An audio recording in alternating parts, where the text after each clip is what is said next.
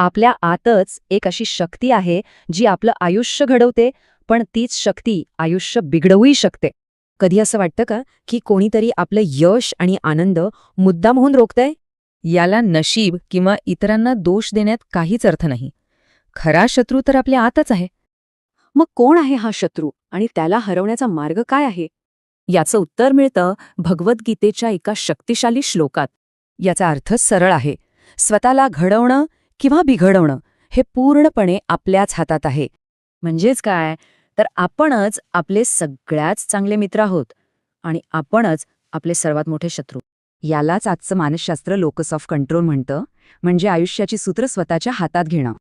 बघा, जेव्हा मन शिस्तबद्ध आणि नियंत्रणात असतं तेव्हा ते आपला सर्वात चांगला मित्र बनतं. चला, हे खऱ्या आयुष्यात कसं दिसतं ते काही उदाहरणांमधून पाहूया. रोहनचं उदाहरण घ्या. तो रील्स आणि गेमिंगमध्ये अडकला होता, पण त्याने मनावर ताबा मिळवला. किंवा संगीता, जी फक्त नशिबाला दोष देत होती, पण तिने स्वतःला घडवलं आणि ती कर्जमुक्त झाली. अविनाशच्या बाबतीत त्याचा संशय हाच शत्रू बनला होता. त्याने मनाला शांत करून आपलं नातं वाचवलं. या सगळ्या कथांमधून एकच गोष्ट स्पष्ट होते, खरी लढाई बाहेर नाही, आपल्या मनातच आहे. तर मग आज निवड कोणाची करणार? आपल्या मित्राची की आपल्या शत्रूची?